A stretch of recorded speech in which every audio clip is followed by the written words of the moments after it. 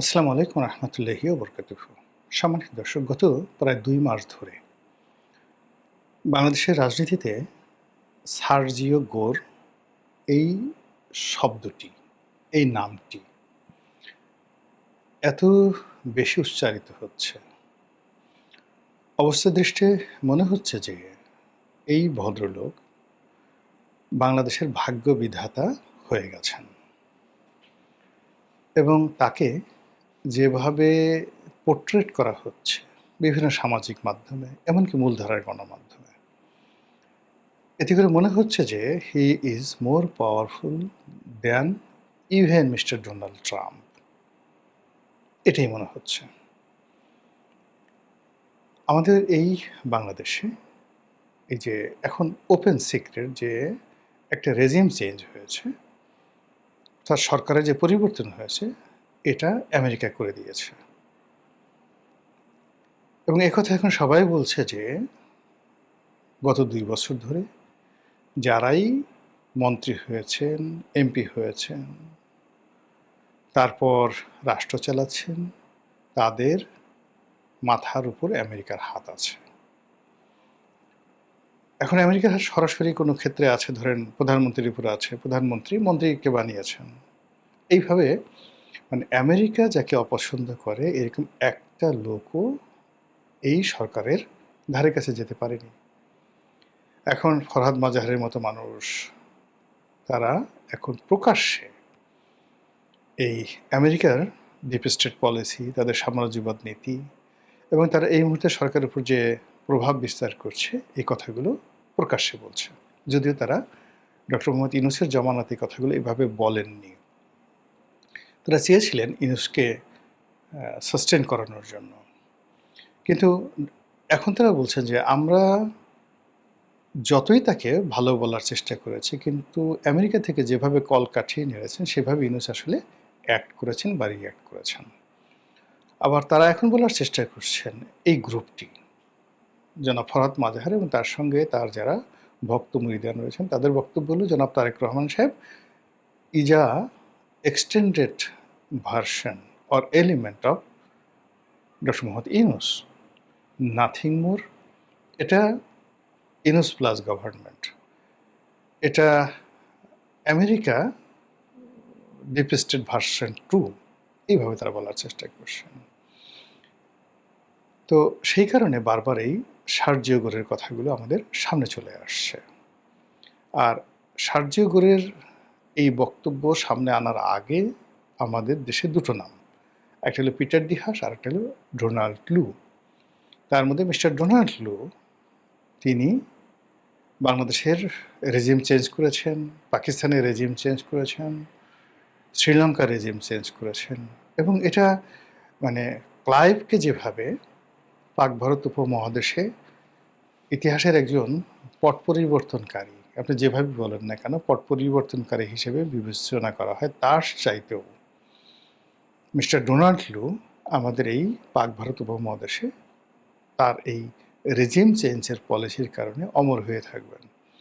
আপনি দেখেন পুরো মধ্যপ্রাচ্যের প্রথম মহাযুদ্ধের সময়টিতে অটোম্যানদের পতন, ওখানে ইংরেজদের রাজত্ব, ইউরোপীয়দের রাজত্ব এবং আজকে এই যে প্রথম মহাযুদ্ধ থেকে আজকে যে পুরো ইউরোপ এবং আমেরিকা পুরো মধ্যপ্রাচ্য যে শোষণ করেছে, সেই শোষণের যে নায়ক, যিনি এই পুরো জিনিসটাকে কুক করেছেন, তিনি একজন কর্নেল ছিলেন ব্রিটিশ গোয়েন্দা সংস্থা MI6। আপনারা জানেন যে তাদের দুটো গোয়েন্দা সংস্থা রয়েছে, MI6 এবং MI5। দেশের মধ্যে যে গোয়েন্দা সংস্থাগুলো চালায় জাস্ট NSI-এর মতো, সেটা হলো MI5। আর ঠিক CIA এবং রয়ের মতো দেশের বাইরে যে সকল অপারেশন চালায়, সেটা হলো MI6। তো এরকম MI6-এর একজন কর্নেল, তিনি একেবারে 10 বছর মরুভূমিতে গিয়ে মরুভূমির একেবারে রীতিমতো হুজুর হয়ে গেলেন, মুসলমানের মধ্যে মিশে গেলেন এবং এত ভালো আরবি জানতেন যে বেদুইনরা, বড় বড় বেদুইন গোত্র, মানে তাদের সাথে তাদের সম্পর্কটা হয়ে গেল। আরও ডিটেলস মানে এখানে তার দুটো, একটা হলো তার এই কাহিনী নিয়ে একটা খুব বিখ্যাত, মানে যাকে বলে ব্লকবাস্টার একটা সিনেমা হয়েছে, দ্য লরেন্স অফ অ্যারাবিয়া। সেটা দেখতে পারেন। আর তার কাহিনী বর্ণনা করে বিখ্যাত রোড টু মক্কা একটা বিখ্যাত বই আছে। এই বইতে আবুল আসাদ, যিনি লেখক, তিনি এই চমৎকারভাবে লরেন্স অফ অ্যারাবিয়ার কাহিনী বর্ণনা করেছেন। তো এই লরেন্স অফ অ্যারাবিয়াকে নিয়ে যেভাবে চলচ্চিত্র হয়েছে, আগামীতে দেখবেন যে এই ডোনাল্ড লুকে নিয়ে এরকম চলচ্চিত্র হবে। একটা তিনটা গভর্নমেন্টকে রীতিমতো ফেলে দিয়েছে। 4টা গভর্নমেন্টকে, পাকিস্তান, শ্রীলঙ্কা, নেপাল, বাংলাদেশ, 4টা দেশের রেজিম চেঞ্জ করে ফেলেছে একজন লোক, ডোনাল্ড লু। It's not a matter of joke. তো এই কারণে কি হলো যে ডোনাল্ড লু একজন উপমন্ত্রীর পদমর্যাদা সম্পন্ন ছিলেন এবং প্রেসিডেন্টের সঙ্গে তার কোনো রিলেশন ছিল না, অর্থাৎ মিস্টার জো বাইডেনের সঙ্গে তার ওইরকম কোনো রিলেশন ছিল না আদার দ্যান ফর্মাল রিলেশন। তিনি শুধুমাত্র দক্ষিণ পূর্ব এশিয়ার উপমন্ত্রী ছিলেন, বিশেষ দায়িত্বপ্রাপ্ত ছিলেন, ডিপ স্টেটের পলিসিটা বাস্তবায়ন করতেন এবং একটা ফান্ড তিনি পেয়েছিলেন। তো সেটা দিয়ে তিনি যদি এই কাজ করতে পারেন, তাহলে মিস্টার সার্জিও গোর, তিনি অ্যাজ এ হোল প্রথমত প্রেসিডেন্টের খুব ঘনিষ্ঠ, ডোনাল্ড ট্রাম্পের খুব ঘনিষ্ঠ, দ্বিতীয়ত বয়সে তরুণ, তৃতীয়ত হলো অত্যন্ত ধনাঢ্য, ব্যবসা বাণিজ্য করে এই অল্প বয়সে হাজার হাজার কোটি ডলারের মালিক হয়ে, হাজার হাজার কোটি টাকার মালিক হয়ে তিনি এই দক্ষিণ পূর্ব এশিয়ার বিশেষ দায়িত্বপ্রাপ্ত প্রতিনিধি রূপে আসছেন এবং তার দুটো উপাধি এখানে। তিনি ভারতে নিযুক্ত রাষ্ট্রদূত, সম্ভবত মন্ত্রীর পদমর্যাদায়, যেভাবে মনে করেন দীনেশ ত্রিবেদীকে দেওয়া হয়েছে। অর্থাৎ এখানে মন্ত্রী বলে ভুল হবে, একেবারে তাকে বলা হয় যে পুরো মার্কিন স্টেট ডিপার্টমেন্টে যদি একজন লোক থাকে যার সঙ্গে ডোনাল্ড ট্রাম্পের ওয়ান টু ওয়ান রিলেশন, টেলিফোনে কথা বলতে, তার সাথে দেখা করতে, কখনো তাকে কোনো প্রোটোকল মেনটেন করতে হয় না, তিনি মিস্টার সার্জিও গোর। তো সেই সার্জিও গোর প্রথম দায়িত্ব ভারতের রাষ্ট্রদূত, দ্বিতীয় দায়িত্ব হলো এই দক্ষিণ পূর্ব এশিয়ার দায়িত্ব। ফলে তাকে মনে করা হচ্ছে father of Donald Lu. Donald লুর সে father. Donald Lu regime change করে গেছে, কিন্তু চেঞ্জ করা রেজিমে আপনার সাম্রাজ্যবাদী নীতিগুলো প্রতিষ্ঠা করা, যেমন রবার্ট ক্লাইভ রেজিম চেঞ্জ করেছেন, কিন্তু এখানে মৌলুজ ভিত্তি তিনি করেছেন লর্ড ওয়ারেন হেস্টিংস। সেই লর্ড ওয়ারেন হেস্টিংস, যিনি কোম্পানির শাসনের একটা প্রথম গভর্নর জেনারেল, প্রথমে গভর্নর হয়ে আসছেন, তারপরে গভর্নর জেনারেল হয়েছেন 2 দফা, লর্ড ওয়ারেন হেস্টিংস। তো সেই দিক থেকে যদি ডোনাল্ড ট্রাম্পকে আপনি ক্লাইভের সঙ্গে তুলনা করেন, তাহলে মিস্টার সার্জিও গোরকে আপনি তুলনা করতে পারেন ওয়ারেন হেস্টিংস, যিনি আমেরিকান যে পলিসি সেটাকে বাণিজ্যতে রূপ দেওয়া। আমেরিকান যে পলিসি, সেই পলিসি যেহেতু তার তাবেদারি সরকারগুলো এখন এই সকল দেশে আছে, ফলে এই সরকারের উপরে আমেরিকার মিলিটারি পলিসি, সামরিক পলিসিগুলো চাপিয়ে দেওয়া। এখানে আমেরিকার যে কৌশলগত দিকগুলো রয়েছে, কৌশলগত দুটো দিক আছে। প্রথম দিক হলো যে স্থল কেন্দ্রিক, ভূতাত্ত্বিক, মানে ভূমি সংক্রান্ত যে তত্ত্ব এবং ওটাকে ভূরাজনৈতিক। আর একটা হলো ব্লু পলিটিক্স, মানে সমুদ্র জল, যেটাকে অনেকে মানে সেই ব্লু ইকোনমি বলে, সেই ব্লু ইকোনমির ক্ষেত্রে হলো ব্লু পলিটিক্স। তো জিও পলিটিক্স মানে ভূমি থেকে ভূমি, আর একটা হলো ব্লু পলিটিক্স। তো এখন ব্লু পলিটিক্স হলো এখানে ইন্দো প্যাসিফিক, তাদের যে কৌশলগত ইন্দো প্যাসিফিক যে তাদের প্রযুক্তি রয়েছে, অর্থাৎ প্রশান্ত মহাসাগর থেকে আটলান্টিক, প্রশান্ত মহাসাগর, প্রশান্ত মহাসাগর থেকে ভারত মহাসাগর, ভারত মহাসাগর হয়ে মালাক্কা, যাকে বলা হয় প্রণালী হয়ে, যেটা বে অফ বেঙ্গলে ঢুকেছে। এই পুরোটা হলো তাদের জন্য একটা রাজনীতি। এখন ভূ রাজনীতিতে তারা বাংলাদেশে একটা করিডোর চাচ্ছে, সেন্ট মার্টিনে তারা একটা ঘাঁটি করতে চাচ্ছে, মায়ানমারে তারা একটা খ্রিস্টান রাষ্ট্র করতে চাচ্ছে আন্ডার দ্য বার্মা অ্যাক্ট।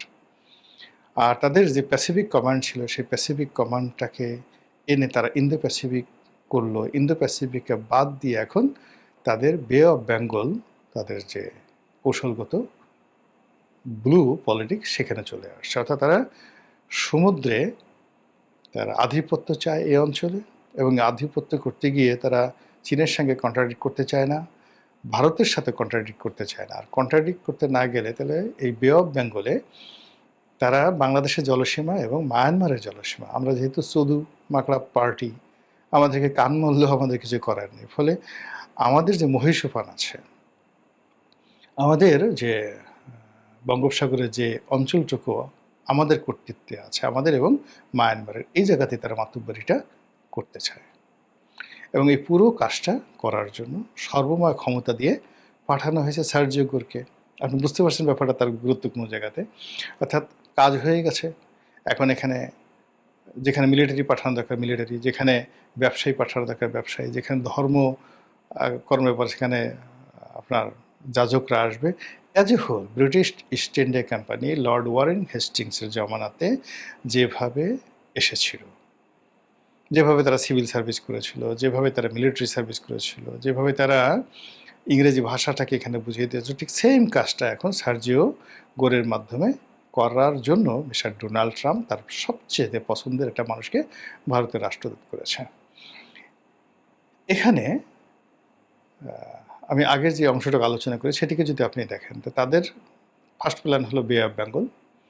এখান থেকে তারা সোজা চলে যাবে মালাক্কা প্রণালীতে, যেটা ইন্দোনেশিয়ার মধ্যে আছে। ইন্দোনেশিয়া দুর্বল একটা রাষ্ট্র, এবং ভারতকে যেটা বলা হয়েছে যে ভাই তোমার সাথে আমার অন্য বিজনেস প্রবলেম আছে, যা কিছু আছে, কিন্তু বাংলাদেশ নিয়ে, মিয়ানমার নিয়ে তুমি তোমার স্বার্থ দেখো, আমরা আমাদের স্বার্থ দেখি, এখানে আমাদের কন্ট্রাডিক্ট হবে না। আমরা যে জিনিসগুলো চেয়েছি সেটা আমরা শুধুমাত্র আমাদের সেই জায়গাগুলো আছে। আর তোমরা যেটা তোমাদের সেভেন সিস্টার চাচ্ছ, মায়ানমারকে বলা হচ্ছে তোমরা যে জিনিসগুলো চাচ্ছ, কোনো সমস্যা নেই, আমরা সবাই এখানে ভাগাযোগি করে কাজ করি, কোনো প্রবলেম নেই। প্রবলেম হবে চীনের। ফলে চীন তোমাদেরও শত্রু, আমাদেরও শত্রু। তো এই জিনিসগুলোর যাতে একটা ডিপ্লোম্যাটিক চ্যানেল চমৎকারভাবে চলে, এই জন্য একেবারে বিশ্বস্ত একজন লোক মিস্টার সার্জিও গোরকে দিল্লিতে পাঠানো হয়েছে। এখন সার্জিও গোর বাংলাদেশে আসার আগে তার বহু টিম, গোয়েন্দা team, military team, FBI team, বহু টিম বাংলাদেশে হয়তো আসছে, আমরা পেপারে দেখেছি বা মানে বিভিন্ন সামাজিক মাধ্যমে দেখেছি, এখন পাসপোর্ট সহ বলে দিয়েছে অমুক লোক এত তারিখে এয়ারপোর্ট থেকে এসে সার্জিগর আসার আগে ওয়েস্টিনে উঠেছে, তার ডেজিগনেশন নেই। তারপরে সাবেক সিআইএর এত বড় কর্মকর্তা বাংলাদেশে, তো দূরের কথা ভারতেও কখনো আসে না, সেই কর্মকর্তাও বাংলাদেশে এসে এখন পর্যন্ত আছে কিনা আমি জানি না। তো এরকম ঘটনাগুলো ঘটেছে। তো সেই সার্জিও গোর এসে তারপর প্রধানমন্ত্রীর সাথে দেখা করেছে, খলিলুর রহমান সাহেবের দেখা করেছে, কেউ কেউ বলে আওয়ামী লীগের নেতাদের সাথে, একজন নেতার সাথে দেখা করেছে, আরও অনেক বৈঠক হয়েছে, হয়তো গোপন বৈঠক হয়েছে সেই মার্কিন রাষ্ট্রদূতের বাসায়। এবং এখনও তাদের যে সিক্রেট সার্ভিস যেগুলো সামনে চলে আসছে, সেখানে তারা এমন অনেক কিছু করতে পারে যেগুলো আমরা কল্পনাও করতে পারি না। এর ফলে ওনার এই আগমনকে নিয়ে প্রচুর আলোচনা হচ্ছে, সমালোচনা হচ্ছে, এবং যারা প্রো আমেরিকান তাদের বক্তব্য হলো সরকারকে এই সার্জিও গোর একটা রেড সিগন্যাল দিতে আসছে। কেন চীনে গেলা, কেন এই জিনিসগুলো করছো না, কেন ওই জিনিসগুলো করছো না, কেন এটা দিচ্ছ না, কেন এটা করছো না, এই জিনিসগুলো মানে কি কি, সেটা মানবিক করিডোর হতে পারে, সেটা মিলিটারি করিডোর হতে পারে, নানা রকম কথাবার্তা হতে পারে। তো এটাকে আপনি বলতে পারেন যে এই যে হুট করে তিনি যে চলে আসলেন, এটা সার্জিও গোরের অনেকটা সার্জিক্যাল কূটনীতির মতো, মানে ঝড়ো গতিতে আপনার হলো সার্জিক্যাল যেটা অপারেশন করা হয়, এয়ার স্ট্রাইক করা হয়, যে খুব দ্রুত সময়ের মধ্যে একটা দেশে মানে হতচকিত করে ফেলে, সে আউট অফ ইমাজিনেশন কল্পনাও করতে পারে না, কিন্তু শুধু বিমানের সাইরেনটা বাজে। তো সেক্ষেত্রে মিস্টার সার্জিও গোর যেভাবে আসছেন, যেভাবে কথা বলছেন, এত দ্রুততার সঙ্গে মনে হয়েছে যেটা একটা কূটনীতির ঝড়, একটা কূটনীতির সার্জিক্যাল অপারেশন। এখন সেই অপারেশন তো মিস্টার সার্জিও গোর করে গেলেন, আমরা সেটাকে কিভাবে হজম করব, কিভাবে মেনটেন করব, সেটি দেখার বিষয়। মহান আল্লাহ আমাদের সবাইকে হিদায়াত দান করুন এবং হেফাজত করুন। আসসালামু আলাইকুম রহমতুল্লাহি ওয়া বারাকাতুহু।